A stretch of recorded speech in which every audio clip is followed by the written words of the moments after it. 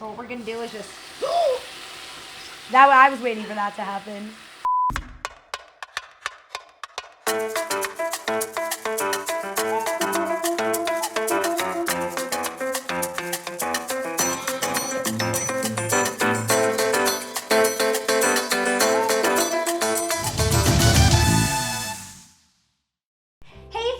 Welcome to Make It Vegan, where I show you traditionally non-veg dishes and make them deliciously vegan. I'm your host, Priyanka Naik. So you're probably wondering, Priyanka, why are you so dressed up? Well, that's because I have a very special guest today. She's massive on YouTube and Instagram, so if you don't know her by now, I would be shocked. And she's a fellow New Yorker, just like me. She's a chef and content creator. Please welcome Alessandra Ciuffo. Hi, I'm so excited to be here with you, Pri. Thank you for coming to my home kitchen. Thank you for having me. I'm very excited to cook with you. Are you ready to tell the people what we're making? Yes, we are making meatballs, or shall I say, beetballs. Okay, so have you ever made meatballs with beets? I have not, but there's a first for everything. There is. But I'm very excited about this because I feel like the color and the texture are gonna really emulate meat. I've never eaten meatballs though. I know, so I will be the judge of the comparability of it. Okay, good.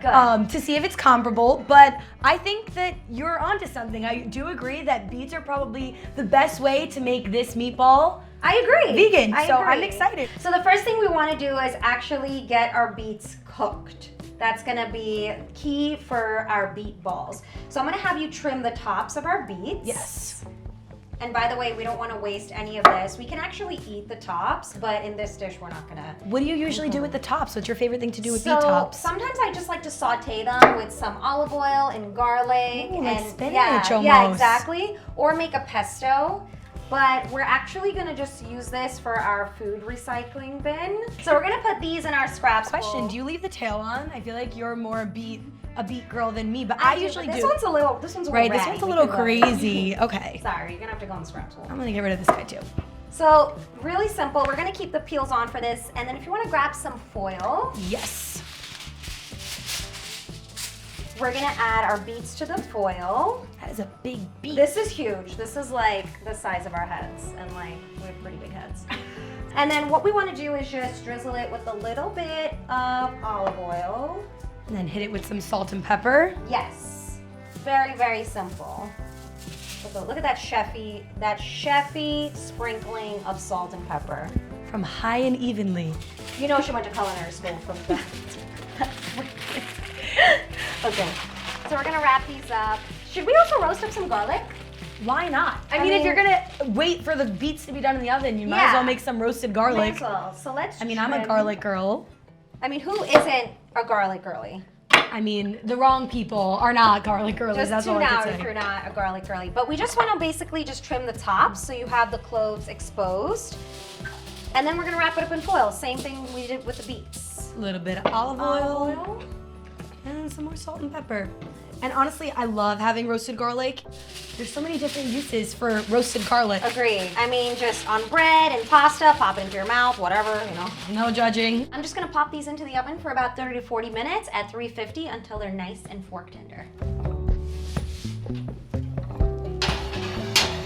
So now that the beets have cooled down and they're room temp, we just wanna peel them. Yes. All right, so it should, Peel right out. it should peel right off. Yeah, there you go. Oh, okay, perfect. Some gentle pressure. Also, the peel is totally edible, but I just prefer to peel it so you don't have like large, hard to chew moments. See, you were bold for taking the red ones. Most times, I'm gonna be honest, I wear gloves when I do this. It's only because I'm wearing red and you're wearing white. I'm just looking out for your wardrobe. Thank you, I appreciate it. All right, so we have my little mini creature. This is perfect. Let's do it on the big side, Yeah, right? do the big side. All right, so just let's be go. careful. So we're gonna grate both of our beets in and then squeeze our garlic and then get all of our other elements in to make this a true beet ball.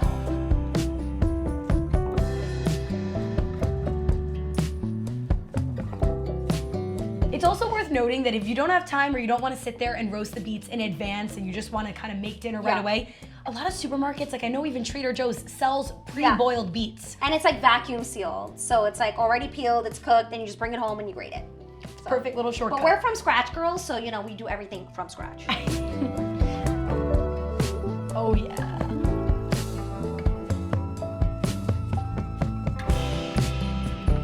I feel like once we mix together the yellow and the red beets too, it's really gonna give that nice pink, meaty feel. Yes. So we're gonna add some rolled oats. Give it some texture, help it bind a little bit. And oats have protein, so we love that too. You get your protein source. Do you wanna add some vegan parm? Vegan parm, I will admit, I tasted one before and I was a little bit shocked at first. I think I completely forgot it was a vegan situation.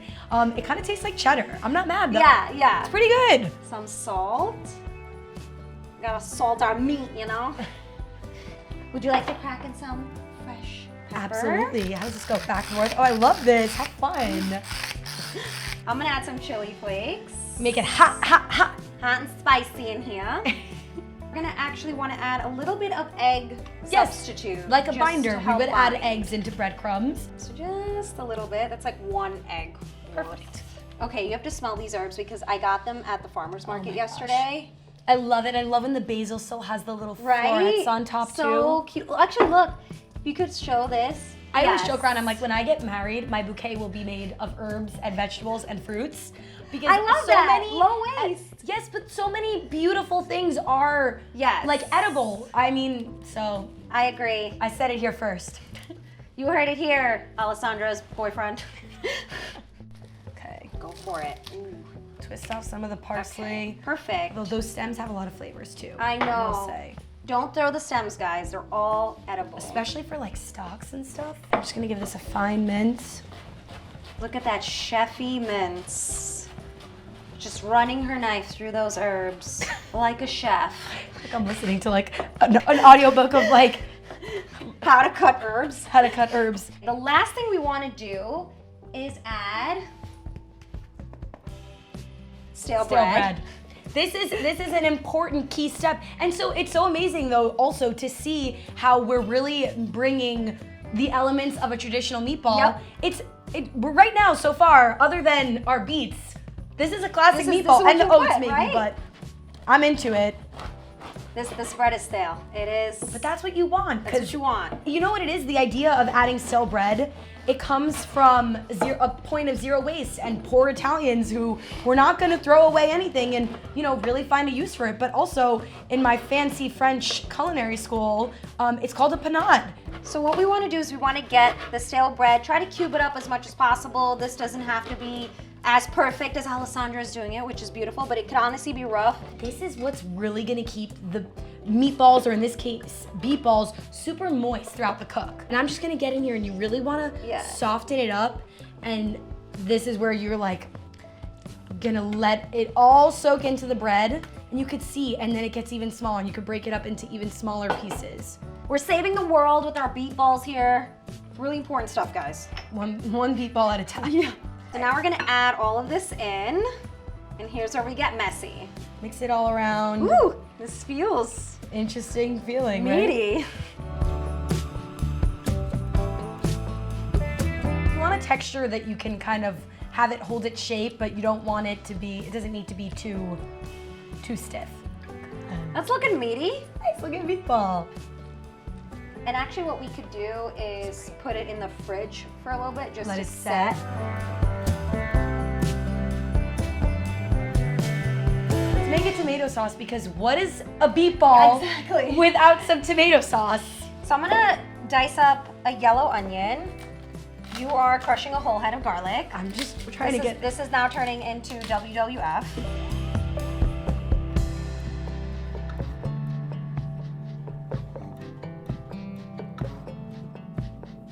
One technique thing. So usually when the oil is hot, I actually add my onions first. So the garlic doesn't burn. Smart. If you add garlic to the hot oil first, it tends to pick up the heat really quick and burn. So I add the onions usually.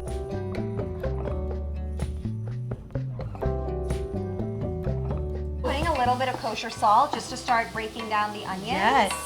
because once you add salt to anything, it's gonna release all of the moisture.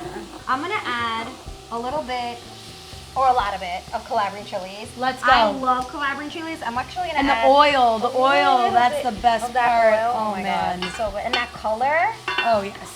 So good. So it's like not entirely whole, but yeah, you could break it down. I'm gonna do 2. Is that good? She likes it hot, people. I do. So we're gonna add a little bit of tomato paste. I like to add this directly to the onion so it can really hit the heat. Yeah, and start cooking. And it's just gonna add a little bit of rich tomato flavors, so it seems like we've been cooking the sauce all day long. Best tomatoes you can get. Whole peeled tomatoes, that's where all the flavor is. In a can. And plus, no, but you also get some fun. No, it's fine. They've picked at peak. So what we're gonna do is just... I was waiting for that to happen. Like from afar. Yeah. Me wearing white. Also, this is so therapeutic. Oh my God. There goes I'm sorry. I clearly am not. How dare ye? No waste life here. No tomato left behind. Oh, let's add a little bit of sugar. Oh my God, yes. Another one. We were talking about this before. I am pro adding a little bit of sugar. Yes. My grandmother would add sugar, especially when you're in a pinch. For a Sunday sauce that you're gonna leave on the stove for hours and hours. Another pro tip is just grating in some carrot. Oh yes, I love that tip. Carrot has a natural sweetness to it, and when you add it in, it really elevates. It's all about balance. So. And it's tasting as you go. All right, you ready to sear these balls off? Ready as ever. We're gonna get some oil down in a hot skillet. So we actually placed our balls in the freezer for about 10 minutes. Alternatively, you can keep them for about 30 minutes in the fridge. We just did that so all the ingredients in the balls can stay nice and snug together.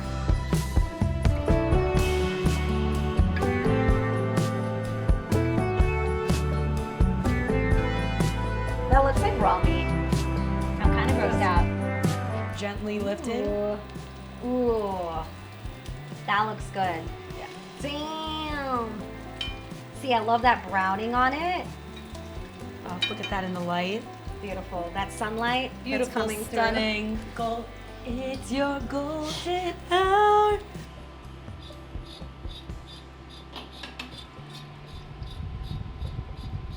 Who needs meat when you got beet? All right, so when they're moving freely like this, I feel like we could just take them off the heat. Yes, let's go bring back our sauce. And then we're gonna add these back into the sauce. Perfect. All right, now we're gonna take it from chunky to smooth criminal. Hell yeah. Let's give this a quick taste. The best part of waking Waking up is sauce in your mouth.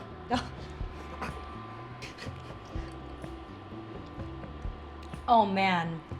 Oh my gosh, that is so good. Wow, this is really it's good. Sweet, it's spicy, it's very good. Perfect. Dropping the beat. 1, 2. Oh my God, look at these colors. This is beautiful. This is beautiful. So basically just want to let these simmer. Yes. And cook off to completion. Should we add some fresh herbs? I like adding a little parsley too, or no? Yeah, there's no wrong.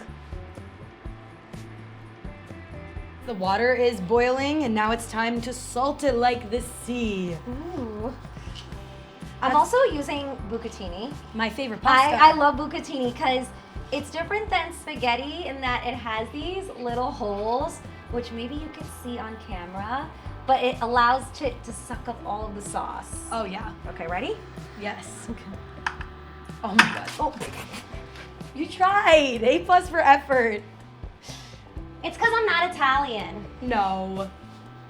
So while we're waiting for our bucatini to cook up, do you want to recycle our food scraps? Yes. Let's All do right, it. Let me show you. Meet the Eco Pre-Mill. It's beautiful. It looks like a regular garbage Yeah. can. You can see already how it's turning the scraps those into are dirt. all fresh food scraps literally And yesterday. there's no smell whatsoever. No. All right, I'm just gonna add these in. And it's easy as that. That's it. All right, let's dress this pasta. I'm gonna go with first some sauce. Beautiful. I'm telling you, these are really looking like regular meatballs. This looks real. It's almost freaking me out a little bit. I can imagine because as someone who eats meatballs and has eaten a lot of meatballs in her life, these are really looking like meatballs. All right, here we go. Should I put the ball on? Yes. Oh my God, look at that. That's insane. All right, there we go. I think two. Should we garnish? Yes. So I was thinking a little bit of parm, just a little bit. A little bit of olive oil on there. Do the honors of that. Beautiful. Some basil? Yes, some fresh basil, maybe even some fresh cracked black pepper. Yes. And just like that, right in the center. So cute.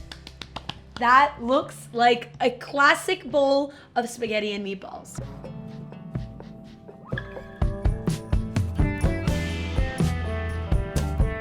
It's the moment of truth. Ready to take a bite? Let's see what these meatballs look like in the inside. Ooh, it cutting feels like a like nice meat. moist meatball. Ooh. Oh my gosh, it's beautiful. Let's see. Cheers. Mmm. That is really delicious. It doesn't taste like meat, but it has an incredible texture. It's super delicious. It pairs amazingly with the tomato sauce. Like, I think this is the perfect substitute for a meatball. And the sauce is amazing. It literally The sauce is so good. tastes like we stewed it all day.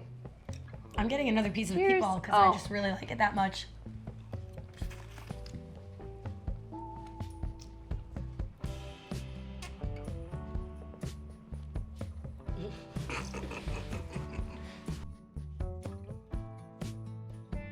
Thank you so much, Alessandra, for coming over and dropping some beets with me. Anytime, anywhere. I hope you had a good and delicious time, and I hope you all tune in to the next episode of Make It Vegan.